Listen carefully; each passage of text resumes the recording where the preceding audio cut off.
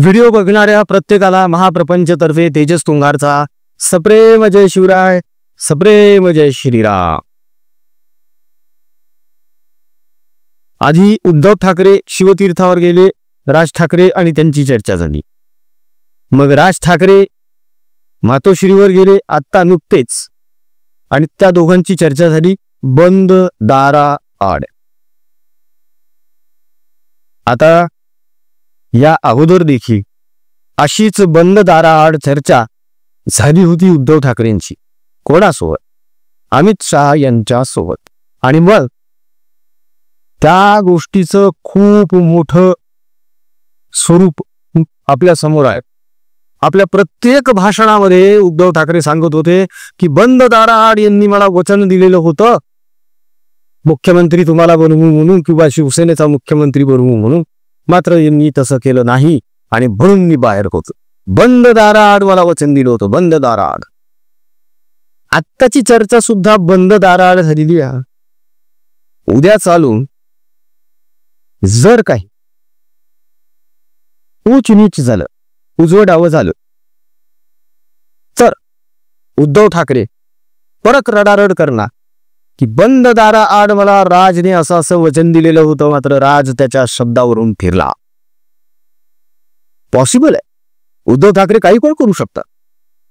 उद्धव ठाकरे बेभरोशाचा माणूस झालेला आहे। एक वेळ शरद पवारांवर विश्वास ठेवावा, उद्धव ठाकरेंवर विश्वास ठेवण्याच्या पात्रतेचे ते नाहीत। उद्धव ठाकरे कधीही दगाफटका करू शकतात। उद्धव ठाकरे यांना त्यांच्या कार्यकर्त्यांशी सुद्धा काही देणं घेणं नाहीये। मात्र आजचा मुद्दा जो आहे हा थोडासा वेगळा आहे। हा राज ठाकरे यांच्या संदर्भातला मुद्दा आहे। मित्रांनो, राज ठाकरे यांची एक छोटीशी क्लिप आम्ही तुम्हाला दाखवणार आहोत आणि त्या संदर्भानं काही घटना तुम्हाला सांगणार आहोत। तेव्हा आजचा हा व्हिडिओ अजिबात स्किप करू नका। आजचा व्हिडिओ हा पूर्ण बघा, खूप काही गोष्टी नव्याने तुमच्या समोर येतील। राजसाहेबांची ही छोटीशी क्लिप बघण्या अगोदर एक छोटीशी विनंती आहे। छत्रपती संभाजीनगर येथील गव्हर्नमेंट कॅन्सर हॉस्पिटल येथील रुग्ण आणि त्यांच्या नातेवाईकांना आपण सेवा देत आहोत। अन्न, वस्त्र, निवारा आणि जीवनावश्यक वस्तूंसह औषधी सोबतच आता एक खूप मोठी जबाबदारी आपल्यावर आहे, ती म्हणजे मराठवाड्यातील शेतकऱ्याचं बळी राहिल्याचं जे काही प्रचंड नुकसान झालेलं आहे ते बघवत नाही। आम्ही दौरा करून आलेलो आहोत, डोळ्यांनी वस्तुस्थिती बघितली। लेकरं उपाशी झोपतायत, घरातले वृद्ध माता पिता उपाशी झोपतायत। अहो, तो बळीराजा जो स्वतः दिवस रात्र काबाड कष्ट करून अन्न पिकवतो, आपल्याला खाऊ घालतो, तो उपाशी झोप। घरातलं सामान वाहून गेलं साहेब, फाके पडले, काय करावं अशा परिस्थितीत त्यानं।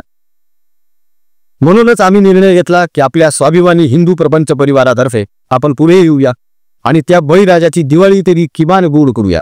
लग्न सराईसाठी आपण त्यांच्या बस्त्याची सोय करू शकत नाही। इतक्या मोठ्या प्रमाणावर घरांची पडझड झाली आहे, ते आपण नाही मागून देऊ शकत, तेवढा निधी नाही आपल्याकडे। अहो, जिन्नसचं वाटप करण्यासाठी सुद्धा निधी कमी पडायलाय। पण जितकं होईल तितकं, जेवढं होईल तेवढं करूया।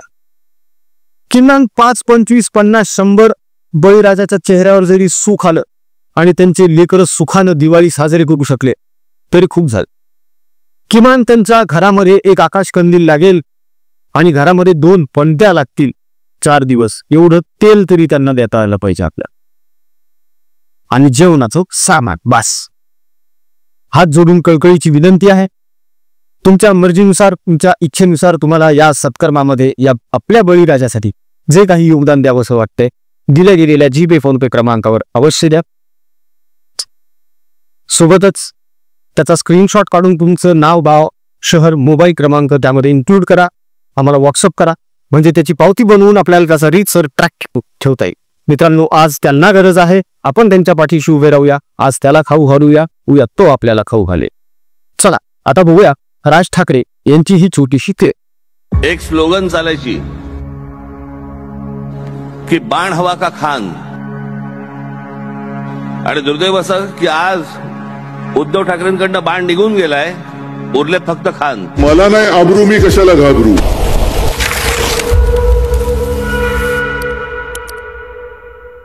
राज ठाकरे यांचं म्हणणं असं आहे की मध्यंतरी खूप मोठ्या प्रमाणावर हा प्रचार झालेला होता की तुम्हाला खान हवा आहे की बाण हवा आहे. आणि मग मतांचं ध्रुवीकरण होत शिवसेनेला गती मिळाली. होय, हे खरं आहे.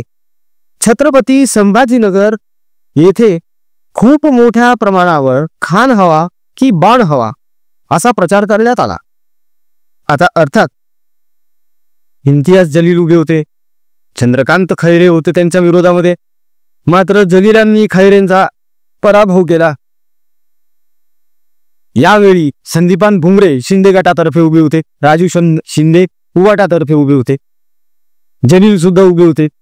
मात्र यंदा एक गठ्ठा मतदान हे संदीपान भुमरे मामांना झालं आणि घुमरे मामा विजयी झाले. घुमरे मामा खासदार असे. यावेळी सुद्धा हा नारा देण्यात आलेला होता, खान हवा की बाण हवा. आता खूप मोठा प्रश्न निर्माण होतोय. राज ठाकरे काय म्हणताय? आधी उबाठातर्फे म्हणजे उद्धव ठाकरे यांची माणसं, कार्यकर्ते, पदाधिकारी, नेते हा नारा द्यायचे, खान हवा की बाण हवा. मात्र आता उद्धव ठाकरे यांच्या हातून बाण निघून गेलेला आहे आणि आता यांच्याकडे फक्त खान उरले. मग अशा परिस्थितीमध्ये तुम्ही जर उद्धव ठाकरे यांच्यासोबत युती करत आहात तर याचा अर्थ असा घ्यावा का की तुम्हाला सुद्धा बाण नकोय, खान हवंय? तुम्ही स्वतःच स्पष्ट कबुली दिलेली आहे.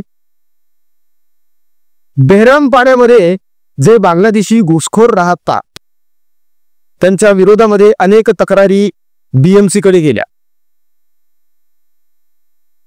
मनात नसतानाही, इच्छा नसतानाही, राजकीय दबावामुळे, लोकांच्या दबावामुळे, जनतेच्या दबावामुळे त्या पदाधिकाऱ्यांना बुलडोझर घेऊन बेहरामपाड्यात जावं लागलं. मात्र तिथे घडलं काय?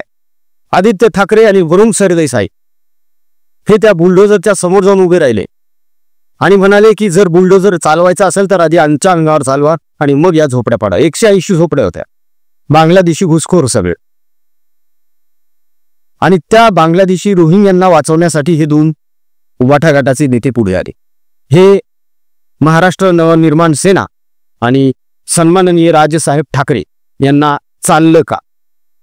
किंवा भविष्यात सुद्धा अशा घटना होणार आहेत? हे राजसाहेबांना चालणार आहे का? किंवा राजसाहेबांचे जे स्वाभिमानी हिंदू कार्यकर्ते आहेत त्यांना या गोष्टी पचणार आहेत का, रुचणार आहेत का?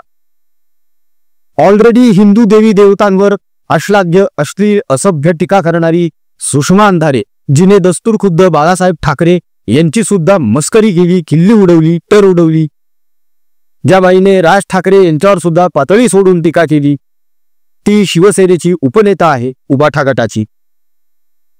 उद्या चालून जेव्हा ह्यांची युती होईल आणि हे एकत्र सभा घेतील तेव्हा ती बाई रंग मंचावर बसलेली, व्यासपीठावर बसलेली मनसे कार्यकर्ते सहन करू शकतील का? किंबहुना राजसाहेब ठाकरे यांना तरी ते चालेल का?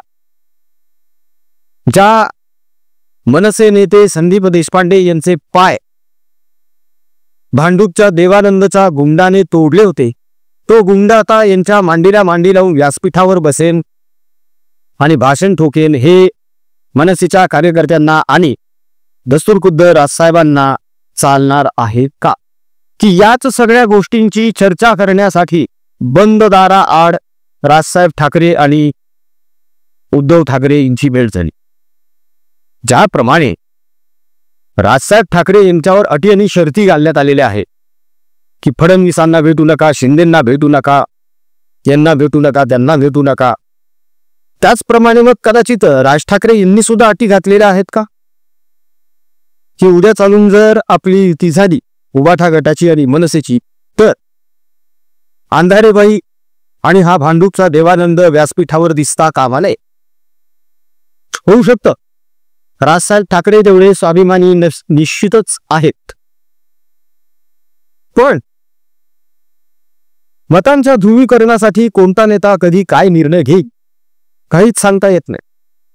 त्यामुळे आजच्या घडीला तरी त्या चर्चेचं नेमकं फलित काय आहे किंवा त्या चर्चेचा, बंद दाराआड झालेल्या चर्चेचा नेमका विषय काय हे बाहेर येऊच शकलेलं नाहीये. त्याचं कारण असं आहे भोंगा सुद्धा तिथे नव्हता. वेळ मारून न्यायची म्हणून भोंगा बाहेर आला आणि भोंग्याने पत्रकार परिषदेतून जाहीर करून टाकलं, मुंबई, ठाणे, KDMC आणि नाशिक येथे उबाठा गट आणि मनसे एकत्र लढणार आहे. अरे पण ही घोषणा राजसाहेबांनी केली का? मनसेतर्फे कोणीतरी केली का? किंवा उद्धव ठाकरेंनी केली का? आदित्यने केली का? नाही, हेच स्वतःच्या मालाच्या कन्या पिकवायले तर काही बडबड करत सुटलेले. हा माणूस कधीही काहीही बनवू शकतो. आता राज ठाकरे यांच्यासमोर यक्ष प्रश्न आहे, खान हवा की बाण हवा? कारण यांनीच स्वतः जाहीर केलेले उद्धव ठाकरे यांच्याकडे आता बाण उरलेला नाहीये, फक्त खान उरलेला आहे. तर मग आता राज ठाकरे उद्धव ठाकरे यांच्याप्रमाणेच त्या खानाला देखील कुरवाळणार आहेत का?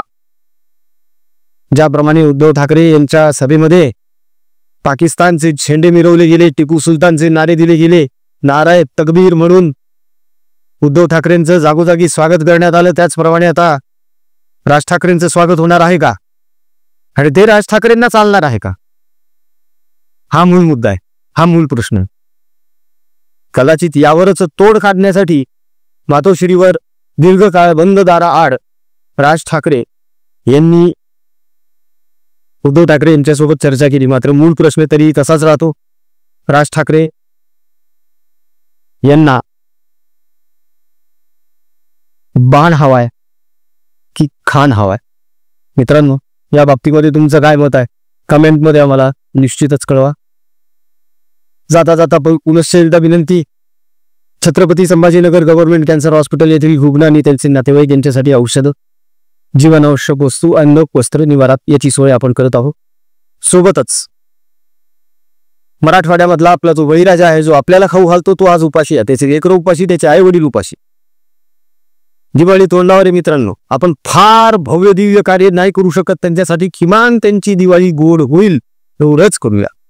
घरात 2 पणत्या लावता येतील एवढी सोय त्यांना करून देऊया. घर नाही बांधून देऊ शकत आपण त्यांना, पण किमान दिवाळी तर गोड करू शकतो ना त्यांच्या. थोडं जिन्नस देऊया ना त्यांना. जो आपल्याला खाऊ घालतो त्याला आपण खाऊ घाल, काय हरकत आहे? किंवा तुमच्या मर्जीनुसार, इच्छेनुसार तुम्हाला जे काही योगदान दिल्या गेलेल्या जीपे, फोनपे क्रमांकावर द्यावंसं वाटतंय निश्चितच द्या. आज त्यांना गरज आहे मित्रांनो. आज त्यांना खाऊ घालू, उद्या ते आपल्याला खाऊ घालणार, आणि नक्कीच खाऊ आहे, खात्रीला आहे. बळीराजाचं मन खूप मोठं आहे. आज त्याच्यासाठी आपण आपलं मन थोडंसं मोठं करूया. मित्रांनो, पुनश्च विनंती आहे, तुमच्या मर्जीनुसार, इच्छेनुसार योगदान नक्की पाठवा. ट्रान्झॅक्शन केल्यानंतर त्याचा स्क्रीनशॉट तुमच्या नाव, गाव, नंबर आणि शहरासहित आम्हाला व्हॉट्सअपवर पाठवा. म्हणजे त्याची रीतसर पावती बनवून आपल्याला त्याचा ट्रॅक रेकॉर्ड ठेवता येईल आणि भविष्यामध्ये तुमच्याशी थेट संपर्क करू. अजून काही मोठे उपक्रम आपल्याला राबवता येतील. आपल्या स्वाभिमानी हिंदू प्रपंच परिवारातील जे गरजू आहे, ज्यांना काही निकट आहे, त्यांची अडचण सोडवूया. देण्यातच समाधान आहे. एखाद्याची अडचण सोडवणं हेच पुण्याचं काम आहे असं आम्हाला वाटतं. त्यामुळे पुनश्च एकदा विनंती, या सत्कर्मामध्ये सहभागी व्हा. आजचा व्हिडिओ कसा वाटला कमेंटमध्ये नक्की कळवा. आमचा कमेंट बॉक्स तुमच्या प्रतिक्रियांसाठी आतुरतेने वाट बघत असतो, तेव्हा पटापट कमेंट्स करायला सुरुवात करा. राजकीय बातम्या, राजकीय घडामोडी, राजकीय अपडेट्स रंगतदार पद्धतीने जाणून घेण्यासाठी बघत राहा महाप्रपंच. पुन्हा भेटूया पुढच्या व्हिडिओमध्ये. जय हिंद, जय महाराष्ट्र, वंदे मातरम, जय शिवराय, जय शंभूराजे, जय भवानी, जय जगदंब, भारत माता की जय. जय श्रीराम. रघुपति राघव राजा राम, पतित पावन सीताराम. रघुपति राघव राजा राम, पतित पावन सीताराम. रघुपति राघव राजा राम, पतित पावन सीताराम. सुंदर विग्रह मेघ श्याम, गंगा तुलसी शालिग्राम. सुंदर विग्रह मेघ श्याम, गंगा तुलसी शालिग्राम.